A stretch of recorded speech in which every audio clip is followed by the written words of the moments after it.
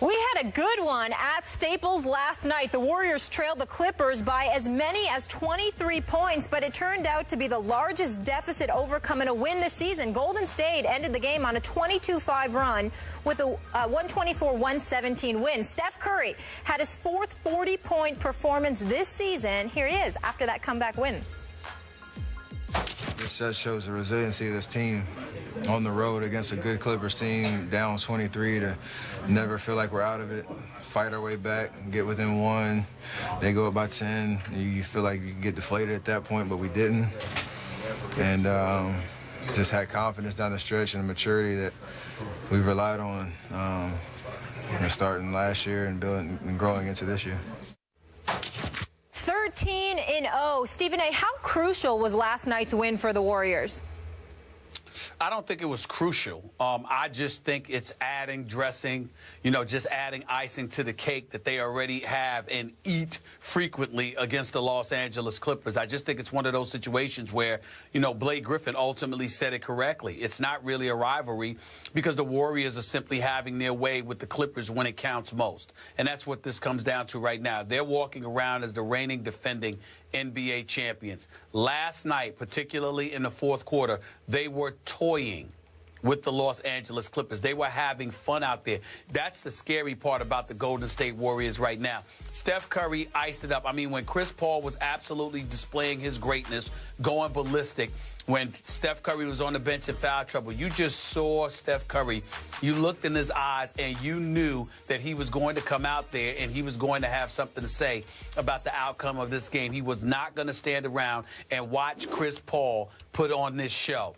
Steph Curry showed why he's the league MVP. It wasn't because of his numbers. It wasn't because of the 40 or what have you. It was because you saw that he personalized the challenge that was standing in front of him, and he conducted himself accordingly. And then you saw the troops around him. They didn't just play role as spectators. They joined in on the party. Andre Iguodala, Harrison Barnes, Klay Thompson with that step back three, which was a beautiful shot on his part. You just saw these guys stepping. Draymond Green, even undersized, playing the five, being as feisty and competitive as he is, a Tom Izzo kind of guy.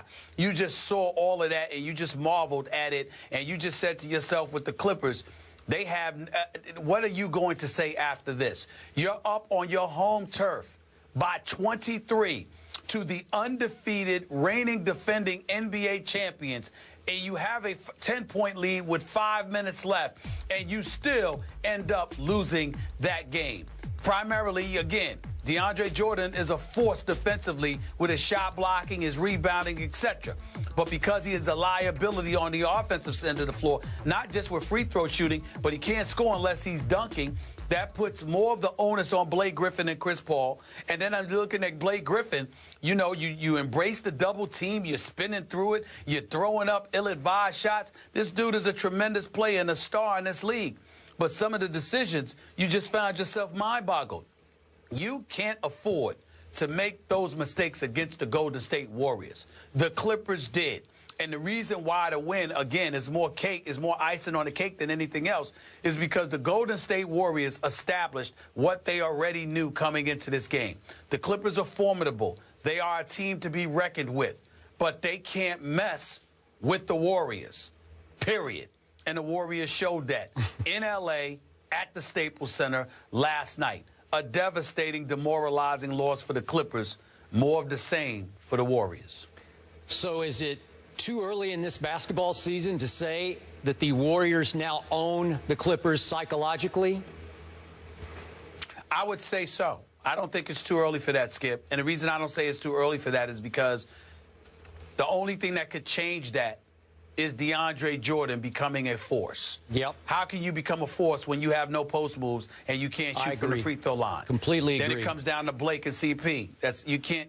I think they're owned right now. I completely agree, which is why it felt to me last night as if the Warriors actually enjoyed falling behind by 23 points with 9:22 left in the second quarter of that game, because they knew deep down they could come back on this team.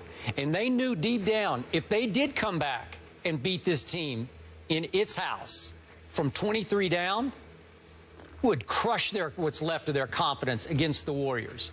And that's exactly what they began to do.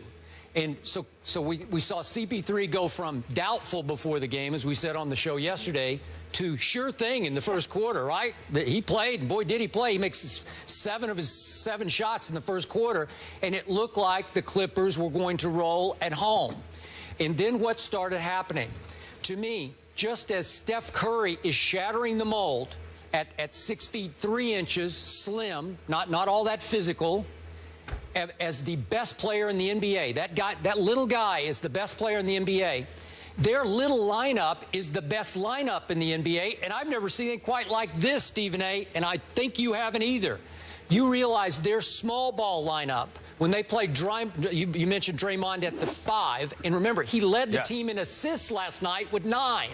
He is the point center for the small ball lineup. So you got Steph and Clay and Harrison Barnes and Iguodala, and then Draymond as your center. That lineup averages 6 feet 6 inches tall. Well, in today's NBA, you would say that's impossible. You're going to get killed on the boards, and they killed the Clippers on the boards. For the game, they were up 44-35 in rebounds. Guess who led the Warriors, the visiting team, in rebounds? Steph had 11.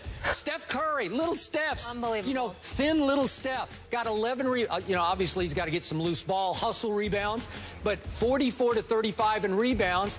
And those 5 guys I talked about in the small ball lineup, they all in plus minus had plus nights. And the 3 Warriors big guys, Bogut, Ezeli, Spates, the 3 big guys, all had minuses in plus minus. So they're way better off when they play their little lineup with their little point guard Steph as the MVP of the league. And he looks like he's well on his way to winning back-to-back MVPs. I've never seen anything quite like that. I'm running out of superlatives here, but this team, when it came crunch time in the fourth quarter, I don't know if you looked at the box, Stephen A., they made 8 of 9 3-point shots in the fourth quarter. It's like, watch this. Right. We got you here. Steph makes 3, and, you know, Clay makes a couple, and Iggy makes a couple, and they just shoot you out of your own gym. It's unbelievable what they're doing. It is unbelievable, but let's break it down. First of all, when you have a presence like Steph Curry, who's the greatest shooter anybody with sense has ever seen in the history of basketball. I agree. You have somebody that you have to monitor. You have to chase him around. You have to guard him off the ball. He's running around screens and picks. He's doing all types of stuff. You've got to contend with that. But then when you have the other shooters around him, keep in mind, Skip, obviously not Andrew Bogut, who only attempted 3 shots and made 1. The other 4 guys, Klay Thompson, Harrison Barnes, Andre Iguodala, and Draymond Green, all shot better than 50% for the field last night.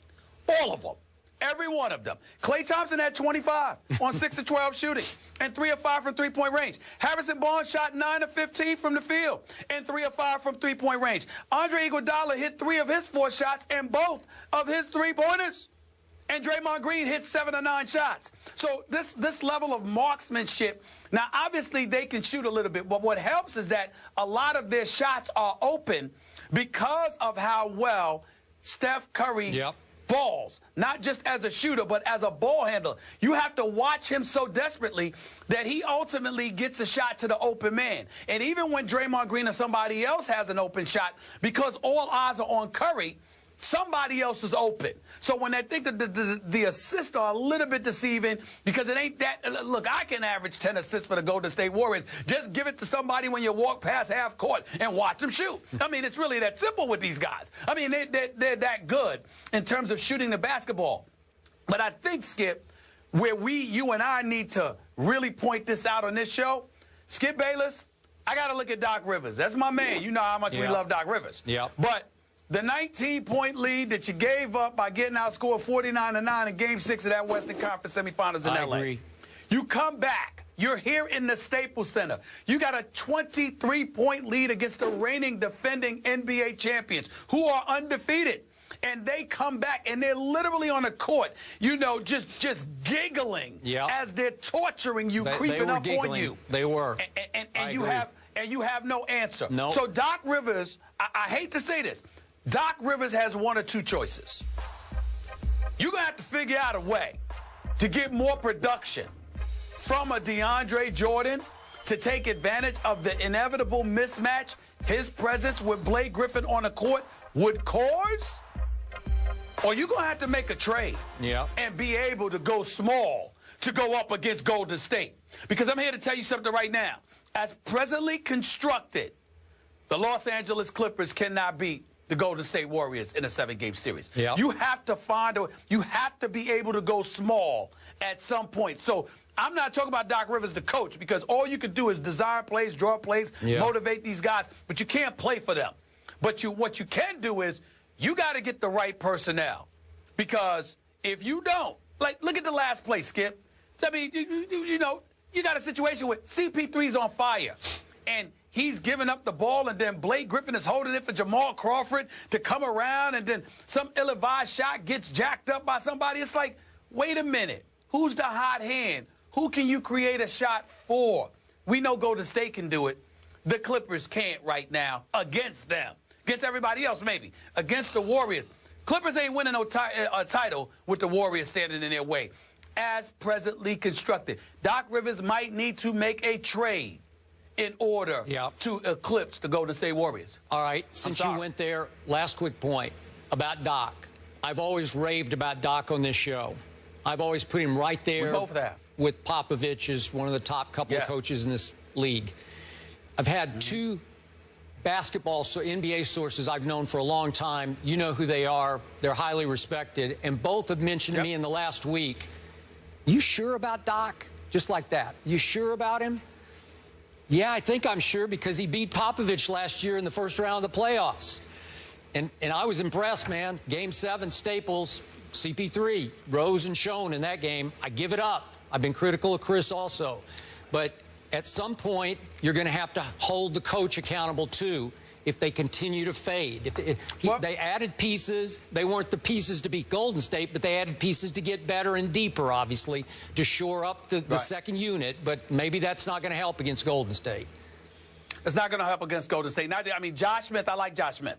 I like Lance Stevenson when he keeps his head on straight. We all know Paul Pierce to be the champion that he is. He was the one that jacked up the shot, driving into the lane off balance, you know, going to the left side of the rim from the right side. I didn't put him in the strongest position. But here's the deal. That's a unit that can supplement your horses. They can't be your horses and beat Golden State. And so when you talk about Doc Rivers, I don't have any questions about Doc Rivers, the coach. Just like I have no questions about his assistants and Sam Cassell and Mike Woodson. Them brothers know what they're talking about. They know basketball. I agree. The problem I have with right now is, if anybody wants to question anything about Doc Rivers, it's Doc Rivers, the GM. You got to find a way to get the right personnel to compete with the Golden State Warriors. They are the champions. They are the standard right now. I don't want to hurt your feelings, Skip. Not the San Antonio Spurs. The Golden State Warriors right now are the standard. It's the direction that the league is going in. Even with your Spurs, as elite as they are, Kawhi Leonard is going to be the key, because, Skip, you're not going to be able to play both LaMarcus Aldridge and Tim Duncan against them and stop them. You're not going to be able to do it. They can score on you, but you will not stop Golden State with those bigs in there. You have to be able to go small.